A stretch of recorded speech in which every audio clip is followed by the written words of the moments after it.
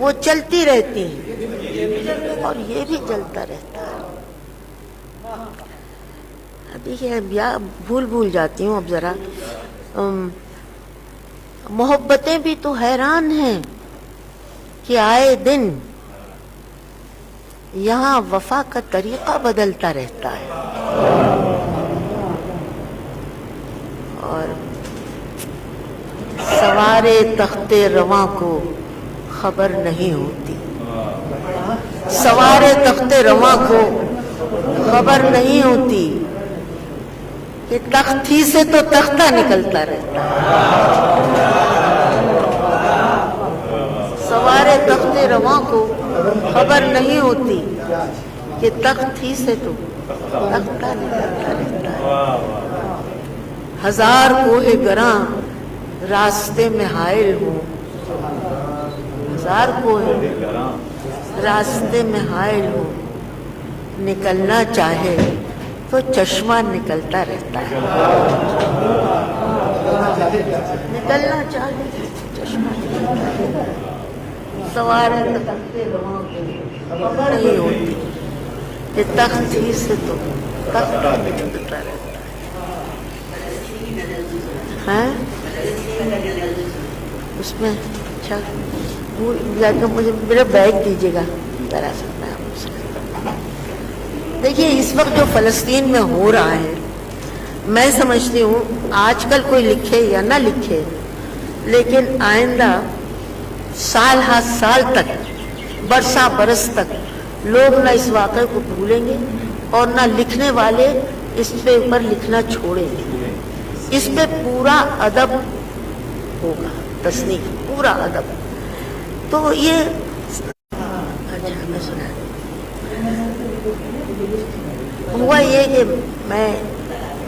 میں نے رپورٹ پڑھی تو اس میں یہ تھا کہ اگر آپ ہندوستان کے بارے میں زیادہ تھی, پاکستان کا بھی اس میں ذکر تھا کہ آپ اگر گاؤں میں چلے جائیں تو چھوٹے بچوں میں آپ کو لڑکے زیادہ نظر آتے ہیں اور لڑکیاں کم نظر آتی ہیں. اس سے اور اس میں یہ بھی لکھا تھا کہ اب گاؤں اب ایسے مطلب کلینکس بن گئی ہیں کہ وہ پریگننٹ عورتیں جاتی ہیں اور پوچھتی ہیں کہ بھائی یہ بتا دیں کہ لڑکا ہے کہ لڑکی ہے, اور اگر وہ یہ بتا دیں کہ وہ لڑکی ہے تو وہ اسے کہتے ہیں کہ بھائی اس کو تم ابورٹ کر دو, ہمیں نہیں چاہیے. جب یہ رپورٹ میں نے پڑھی تو میں نے سوچا کہ مجھے دو چار خواتین سے اس کے پوچھ گچھ کرنا چاہیے. تو جس طبقے کی تھیں خواتین ظاہر ہے تو میں نے ان سے بات کی اور جو انہوں نے مجھے جواب دیے اس کے بعد میں نے یہ سوچا کہ اگر میں ان کی جگہ ہوتی تو میں بھی یہی کرتی. وہ یہ ہے کہ میں بچ گئی ماں, میں بچ گئی ماں, تیرے کچے خون کی مہندی میری پور میں رچ گئی ماں, میں بچ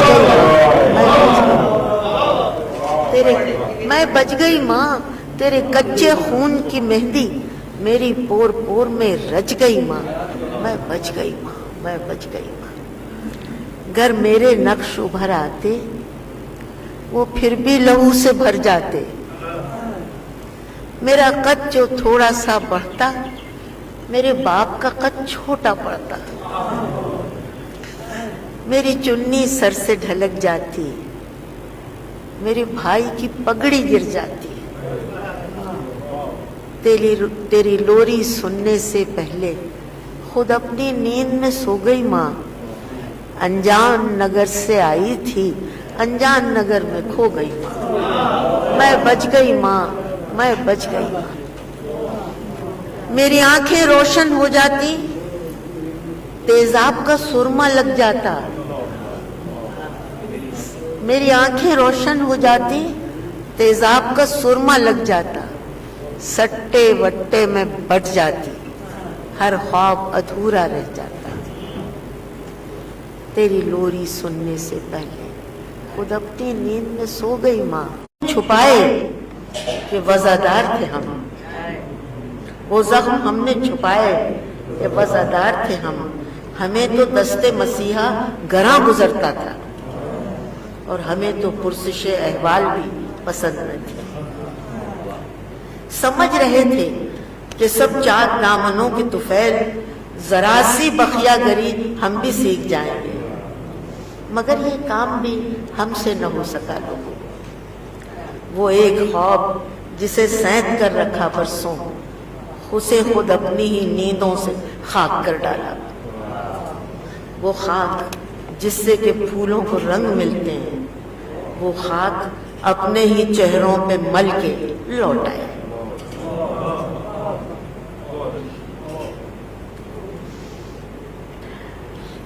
یہ ایک چھوٹی سی نظم ہے،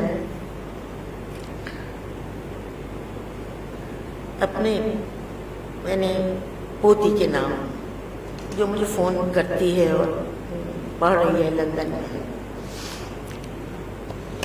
پوچھتی ہے آپ کیسی ہیں؟ میں کہتی ہوں میں ٹھیک ہوں۔ فون اس جملے پہ ختم ہو جاتا ہے کہ دادی I love you very much, بیٹا me too, I love you too. میرا گھر تھک گیا ہے میری طرح، میرا گھر تھک گیا ہے میری طرح، میرے کمرے میں آ کے لیٹ گیا۔ آسماں تھا حد نگاہ تلک، وہ بھی کھڑکی میں آ کے بیٹھ گیا، وہ بھی کھڑکی میں آ کے بیٹھ گیا۔ تارے سب آ گئے ہیں تکیے پر، چاند بھی چھپ گیا دلائی میں، رہا سورج تو یہ نہیں معلوم کب نکلتا ہے کب وہ ڈوبتا ہے۔ سردی گرمی ہو یا وہ ہو برسات، میرے کمرے میں رہتے ہیں سب ساتھ۔ دور چھت کے قریب روشن دان بند آنکھوں سے مجھ کو دیکھتا ہے، مجھ سے سرگوشیوں میں کہتا ہے اپنے درماندہ تاکہ دل کی طرح تم نے مجھ کو بھی بند رکھا ہے، اپنے درماندہ تاکہ دل کی طرح تم نے مجھ کو بھی بند رکھا ہے۔ ایک ذرا مجھ کو ایک بار کھول کر دیکھو، اب بھی تازہ ہوا کا ایک جھونکا، ایک ننھی کرن ستارے کی، ایک چھوٹے سے پھول کی خوشبو اندر آنے کے انتظار میں ہے، اندر آنے کے انتظار میں ہے۔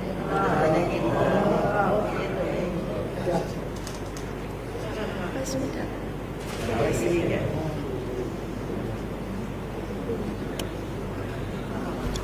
اگر کسی غزل کے بھی زیادہ شعر۔ اچھا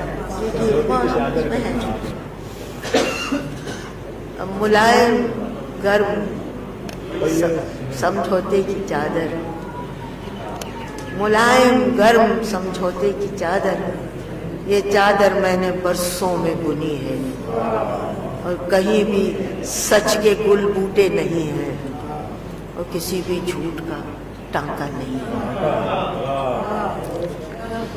اسی سے میں بھی تن ڈھک لوں گی اپنا، اور اسی سے تم بھی آسودہ رہو گے، نہ خوش ہوں گے نہ افسردہ رہو گے۔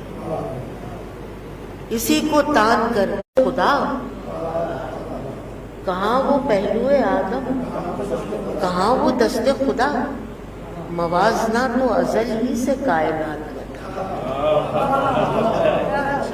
موازنہ تو ازل ہی سے کائنات میں تھا، کہاں وہ مجھے یقین کہ تیرا ہاتھ میرے ہاتھ میں تھا، مگر گمان کا لشکر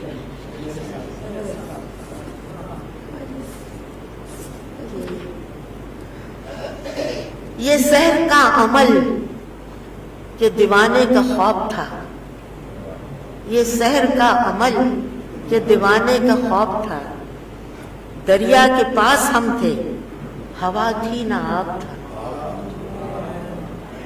دریا کے پاس ہم تھے ہوا تھی نہ آب تھا، چودھویں کی چاند میں